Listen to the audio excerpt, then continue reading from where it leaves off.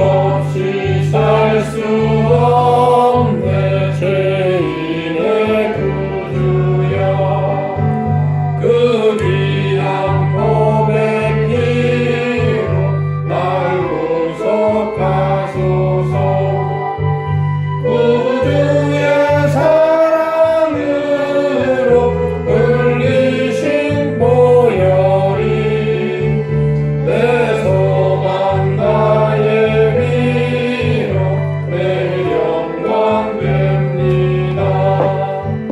주 없이 살 수 없네. 나 혼자 못 서리. 힘없고 부족하며 지혜도 없도다. 내 주는 나의 생명 또 나의 힘이라. 주님을 의지하여 지혜를 얻으리.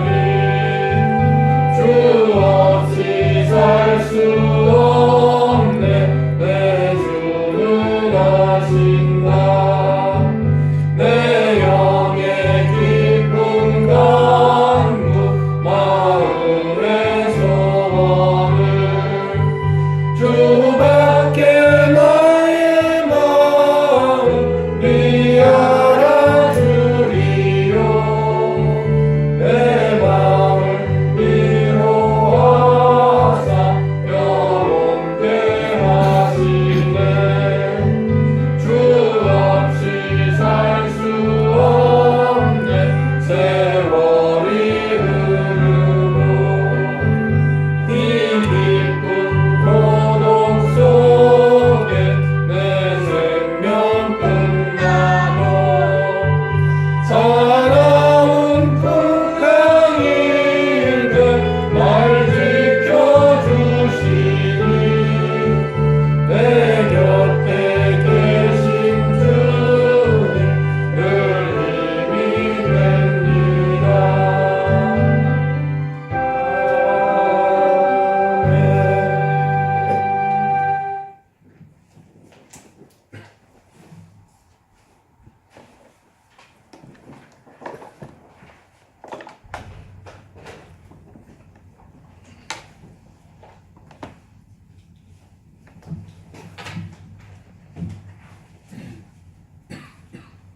로마서 3장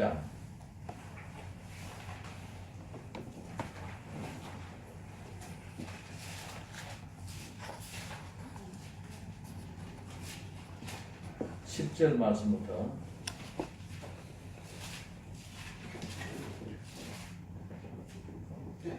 18절 말씀까지 같이 봉독합시다. 시작.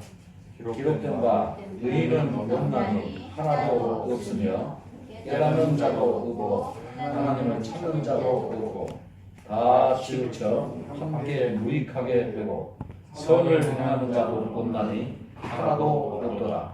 그들의 목구멍은 열린 무덤이요 그 혀로는 속임을 일삼으며 그 입술에는 독사의 독이 있고 그 입에는 저주와 악독이 가득하고 그 바다는 피 흘리는 데 빠른지라.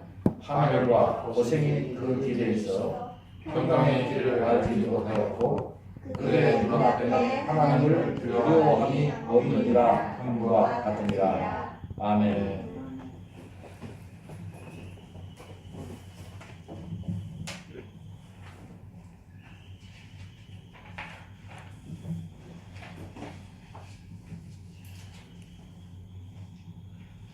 지난 시간에 종교에 관한 것을 말씀드린 바가 있습니다.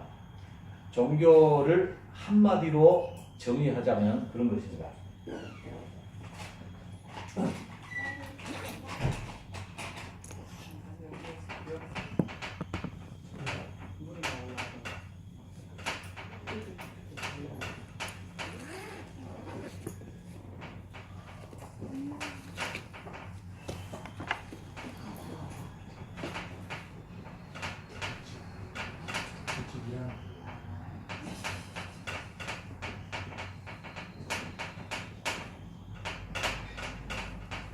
종교를 만약에 한마디로 정의한다면 신과 인간과의 관계라고 이렇게 말할 수 있습니다. 얼른 조금 어려울지를 모르겠지만은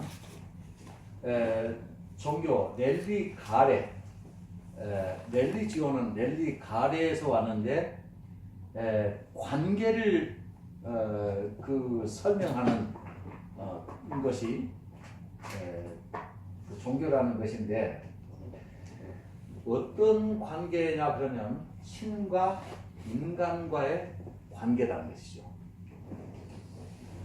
그러니까 그동안의 모든 철학이 사람으로부터 출발해서 나는 누구인가 혹은 이 세상에 인간을 초월하는 어떠한 그 존재가 있는가 이거에 대한 사람들의 끊임없는 어떤 그 의구심 이런 것이 어떻게 보면 종교를 만들어냈다 이렇게 말할 수가 있습니다.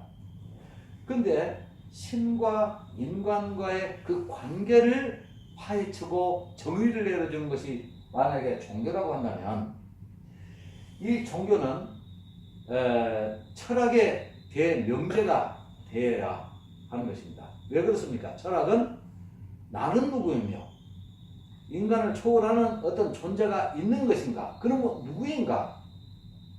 가장 더 쉽게 줄여서 말하자면 내가 누구인가?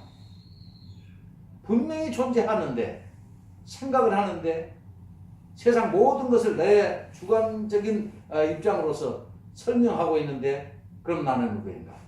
100년 전에 나는 있었는가? 지금 현재 존재하고 있는 나는 100년 전에 어디에 있었는가? 그리고 더 나아가서 이 나는, 이 위대한 나는 앞으로 100년 후에는 또 어디에 내가 있을 것인가?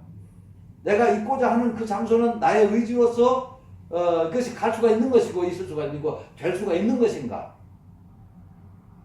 이것이 이제 인간들이 끊임없이 추구하고 알고자 하는 그런 내용일 것입니다.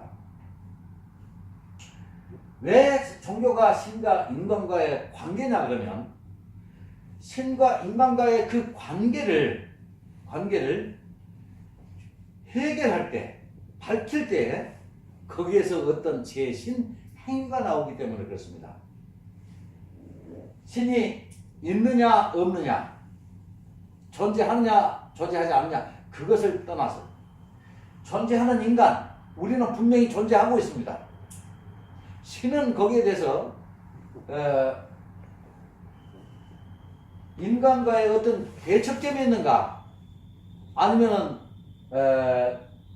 인간을 도와주는 인간을 존재케 하는 어떤 원인이 되어 있는가 이것을 우리가 살펴야 되는데 이것을 설명하기 위해서 하나의 예를 하나 들어보겠습니다. 과거에 제가 어렸을 때인데 밖에서 놀다 집에 들어가니까 알지 못하는 어떤 어르신 한 분이 와 계셔요. 집에가. 근데 나는 처음 보는 분이기 때문에 멀뚱멀뚱 그냥 쳐다보고 있었어요. 그런데 옆에서 아버지가 얘야 인사드려야지 너희 오촌 당숙님이시다 이렇게 얘기를 했어요. 그러니까 내가 전혀 모르던 이분이 나의 오촌 당숙이라는 것을 이제 그때 알게 됐습니다. 그래서 나는 당숙님이시구나 하고 그때 공손하게 이제 인사를 올렸습니다. 그리고 그분도 제 머리를 쓰다듬으면서 이제 사랑해 주셨고요. 이것처럼 뭔가 이 두 사람과의 관계가 해결되면 밝혀지면 거기에서 어떠한 존경이 나온다든지 이런 것이 되지 않겠습니까? 나오지 않습니까? 마찬가지로 신과 인간이 어떤 관계에 놓여 있는가 이 관계만 해결되면 자연히 거기에서는 어떤 재신 행위가 나올 수밖에 없다. 그런 말씀이죠. 오늘은 철학 시간이 아닌데 철학 시간 좀 비슷하게 했습니다. 왜 내가 이것을 또 거론하느냐 그러면 지금껏 기독교인이 천국을 논하고 지옥을 논하고 축복 저주를 논하는 이 기독교인들이 어떻게 해서 그러한 그 존재가 되었는가? 오늘의 내가 어떻게 형성이 되는가? 그것을 한번 우리가 자세히 한번 생각해 보시기 바랍니다. 어떤 사람이 어떤 누구의 전도를 받고 교회를 나가요.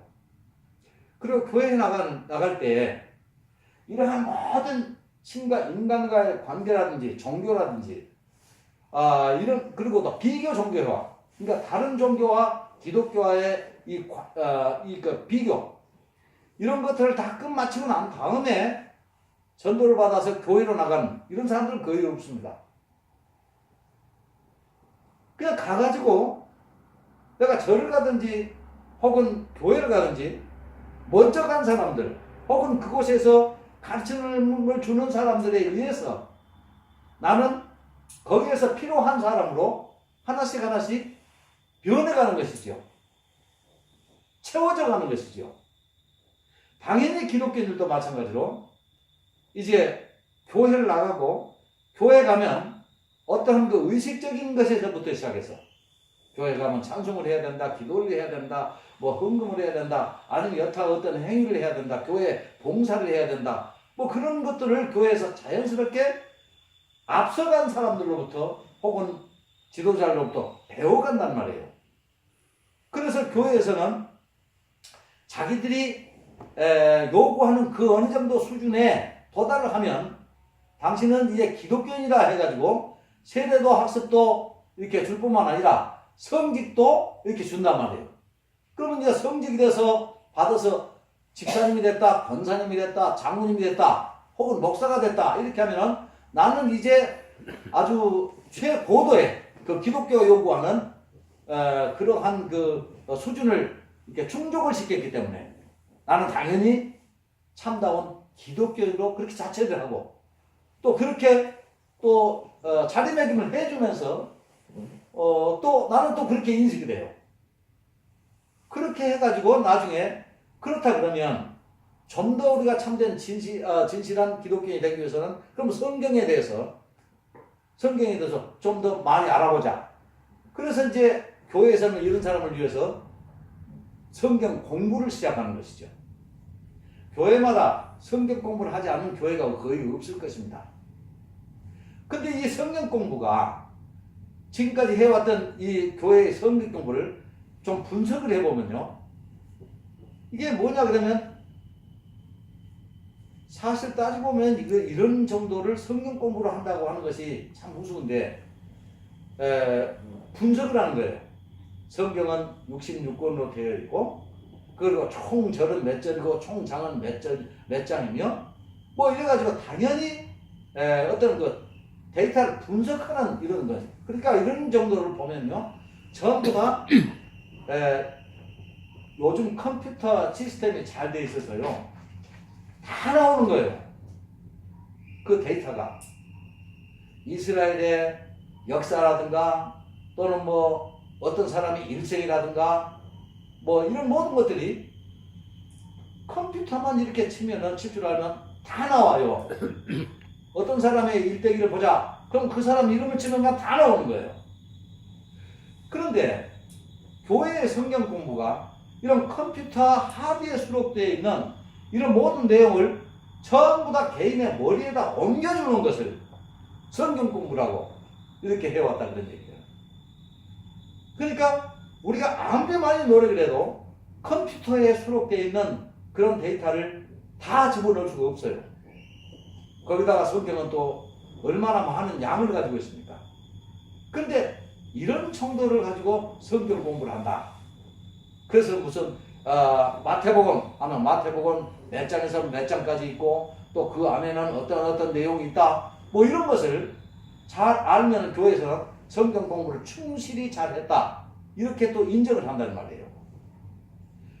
그러나 정작 필요하고 우리가 알아야 할 것들은 사실은 우리가 비껴나가 버린 경우가 많습니다. 그러니까 교회에서 요구하는 성도들의 지적인 수준이라든지 또는 그 어떤 외부적 어떤 그 행위 또는 이런 것들 이런 것들은 그 의식을 참여한다든지 이런 것들은 잘 됐지만은 어찌 보면요, 이것은 기독교인을 만든 게 아니에요. 목사가 요구하는, 소실 기독교라고 하는 그 어떤 테두리가 요구하는 그런 것을 우리가 충족시켜가고 거기에 맞춰가는 내용이에요.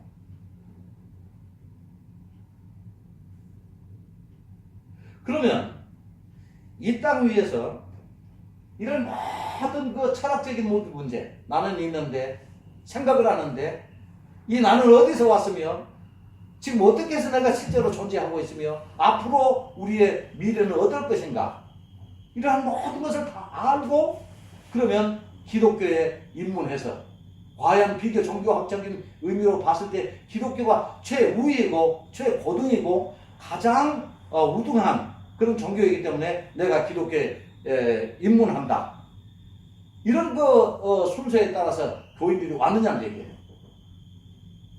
여러분도 그런 절차를 따라서 그런 순서대로 이렇게 돼서 오늘까지 이렇게 훌륭한 교인들이 되었습니까? 아니요. 아니지 않습니까? 그러면 여러분 또 어떤 방향으로 지금 앞으로도 가려고 여러분 방향 설정을 하셨습니까?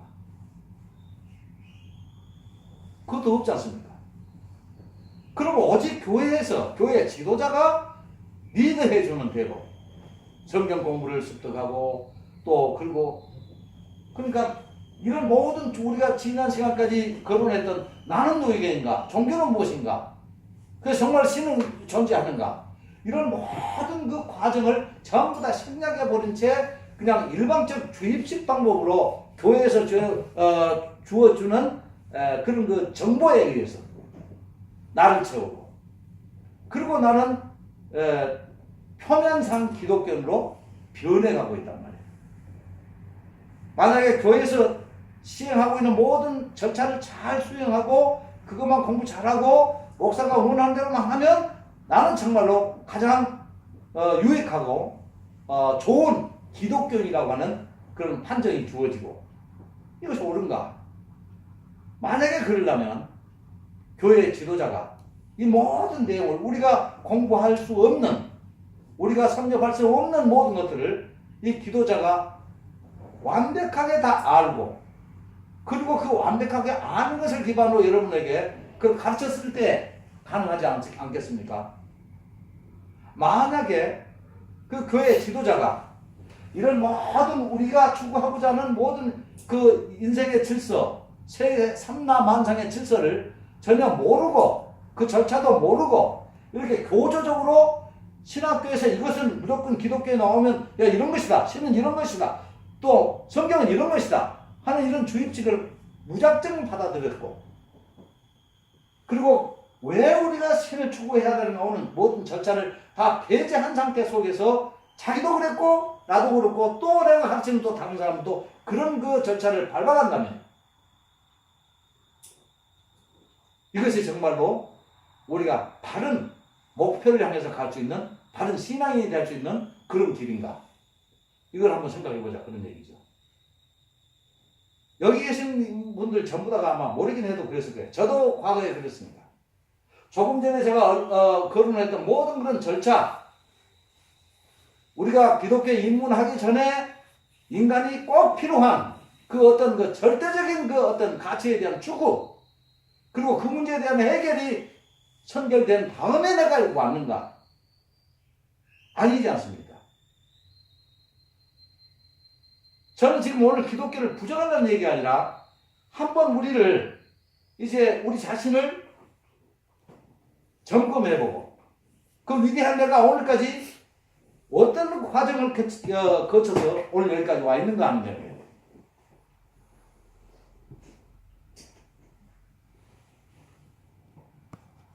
사실 우리가 성경에 모든 우리가 추구하는 모든 내용이 다 올바른 것이 성경 쪽에 다 있어서 그래서 우리가 뭔가 기독교인이 됐습니까?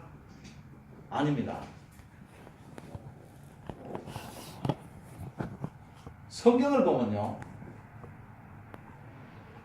나는 의심이 많아서 그런지 모르겠지만 여러분들 그런 생각을 안 해봤어요? 다른 경전에 비해서 성경만큼 불합리한 것이 많이 있는 책이 없습니다. 제가 자연스럽게 조상 대대로 나는 불교 혹은 유교를 접하고 살았어요. 그런 그 불교적인 유교적인 그 우주관이 우리 대한민국 사람들의 머릿속에는 은연중에 전부 다 쇠뇌되어 있습니다. 그런 개념 하에서 그 모든 불교적인 유교적인 우주관을 전부 다 이건 아니다 하는 가치관 속으로 배제해본 다음에 우리가 기독교라고 하는 새로운 장르로 옮겨왔느냐 그러면 그게 아니지 않습니까? 그걸 고스란히 놔두고 이걸 부정하지 않은 상태 속에서 우리는 기독교로 그냥 왔어요. 그리고 교조적으로 주어지는 그런 가르침을 그냥 받았어요. 우리의 비판이라든가 우리의 종교에 대한 어떤 그 비교의식이 없는 상태 속에서 우리는 어찌 보면 강압적으로 우리는 기독교가 요구하는 그런 쪽으로 우리가 갖지 않았는가. 여기에 동의하십니까 여러분? 네.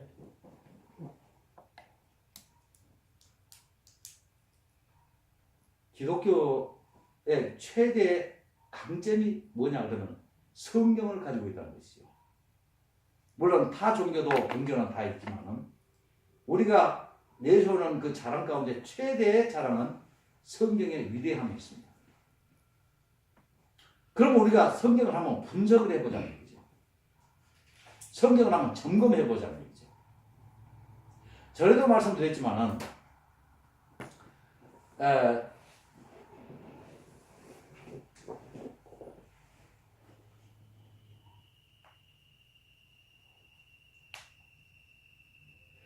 기독교의 경전 안에는요, 타 종교의 경전에 비해서 월등하게 또 탁월한 그런 내용이 그렇게 많이 있느냐. 제가 어렸을 때부터 자꾸 머릿속에 외우는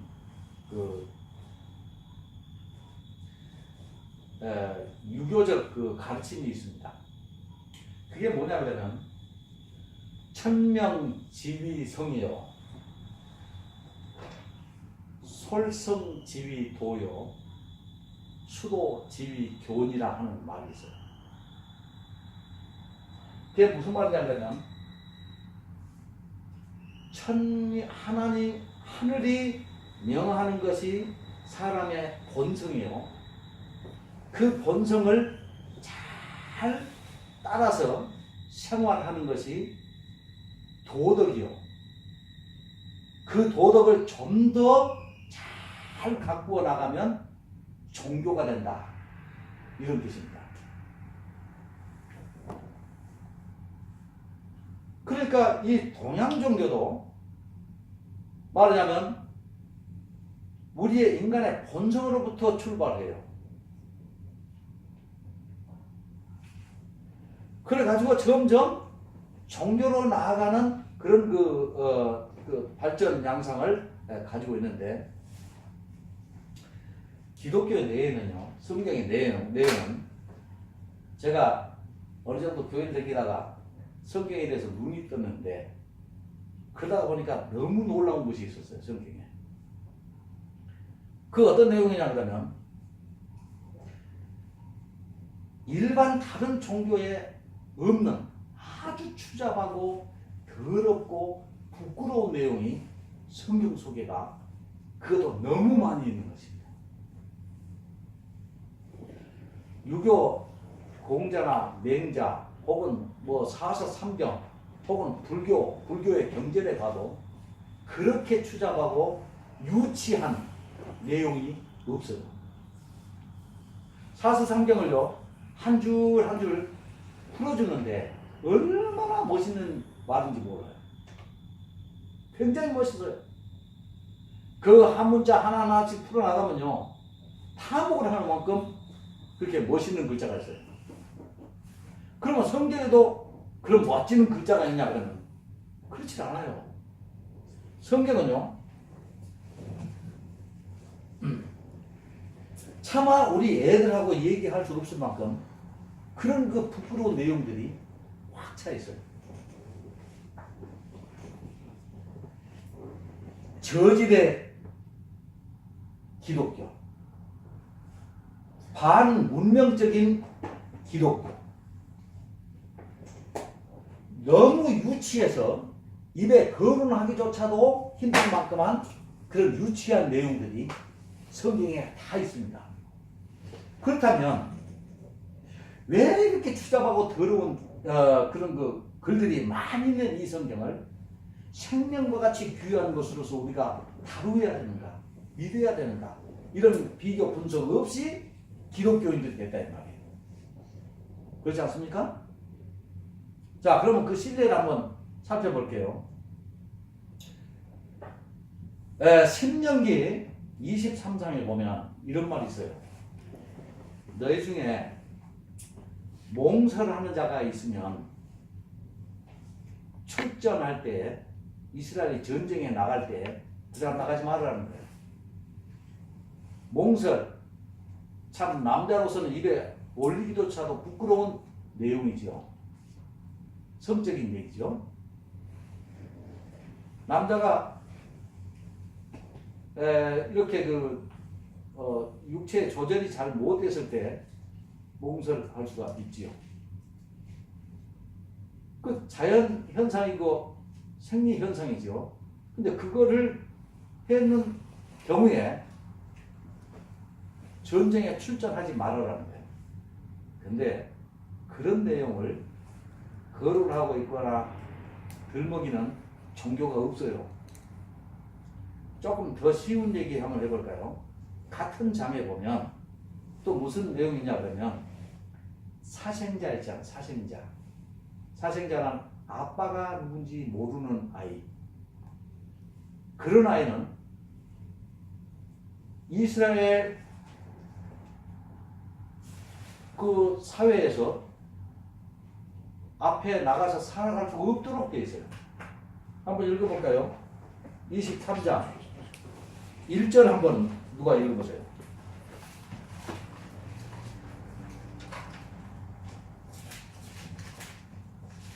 신명기 23장 1절. 고환이 상한 자나 음경이 잘린 자는 여호와의 총에 들어오지 못하리라. 또 사생자 얘기 있죠? 사생자는 여호와의 총에 들어오지 못하리니 예. 10대 이르기까지도 여호와의 총에 들어오지 못하리라. 10대에 이르기까지 사생자들은 여호와의 총에 들어오지 못한답니다. 거기다가 남자의 그 씨를 전수해주는 생식기인 고환이 터져 있는 사람, 어떻게 사고를 당해서 터져 있겠죠? 이런 사람은 또 못 들어온답니다. 세상에 어떤 종교가 이렇게 상해를 입은 말하자면 그 좀 뭐라고 하면 되죠? 그 몸이 좀 불구자들, 이 불구자들에 대해서 불쌍히 여기기는커녕 아예 여호와의 총에 들어오지도 못하게 이렇게 하는 종교가 어디가 있습니까? 근데 기독교는 그렇게 해요. 또 똥을 눈다는 얘기도 나와요. 사람이 어느 경제 내에서 간에 똥 같은 거 그런 거 거론하거나 똥을 어떻게 놓으라 이런 얘기를 하는 종교는 없지 않습니까? 아마 다는 안 찾아봐서도 나는 그런 종교는 없지 싶어요. 근데 기독교는 똥을 놓을 때 어떻게 놓으라 하고 거론을 해요. 자, 똥이 마르면 손에 조그마한 사불 하나 가지고 저 밖으로 나가라. 그리고 거기에 앉아가지고 고개를 돌려. 그래서 거기다 구덩이를 좀 파.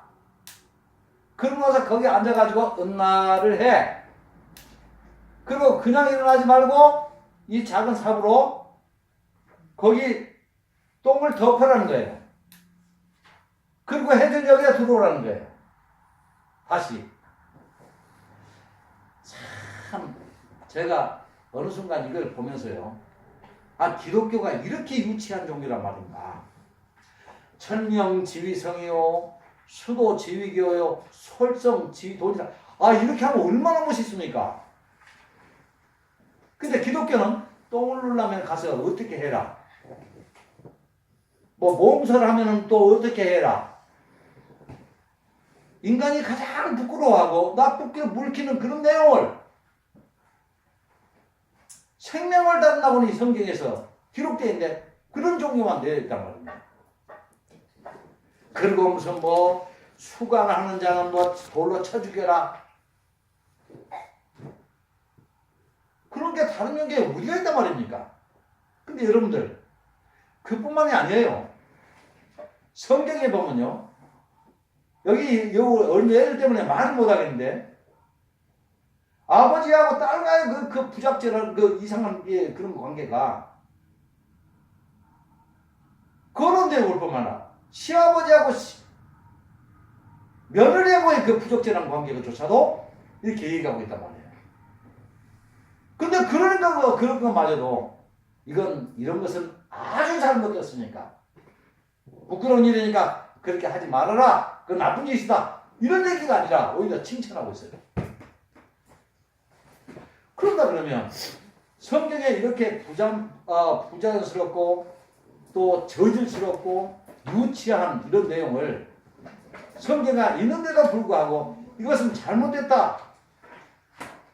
그러면 이것이 왜 하나님의 말씀인가? 왜 이럼에도 불구하고 우리는 하나님을 생명을 주고 믿어야 되는가?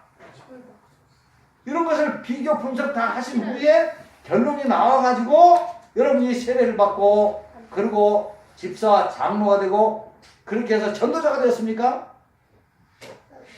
앞으로 여러분들에게 예수를 믿지 않거나 초신자들이 이런 문제로 여러분에게 질문하실 때 이 추잡하고 유치한 이런 얘기를 정당하게나 논리적으로 설명해 줄 만한 근거를 여러분이 가지고 있습니까, 지금? 그런 답을 가지고 계세요? 그러면 어느 성경은 부끄러우니까 이건 빼버리고 거론하지 말자, 쉬쉬해버리자, 덮어버리자 이렇게 하고 어떤 성경은 내게 복이 되니까 요거 좋은 것, 듣기 좋은 것은 우리에게 유익한 것은 들추어내자, 이걸 선전하자 이렇게 되면 성경은 한번 좀 좋지 않은 것 싹 드러내버리라는 작업이 필요하지 않겠습니까? 그런데 말이죠. 성경은 그렇게 하기는커녕 뭐라고 얘기하냐면 일전일획이라도 빼지고 말